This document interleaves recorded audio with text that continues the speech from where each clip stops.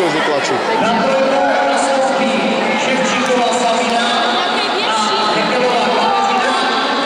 Připraví se starší žákyně 36 kg, přední chlapy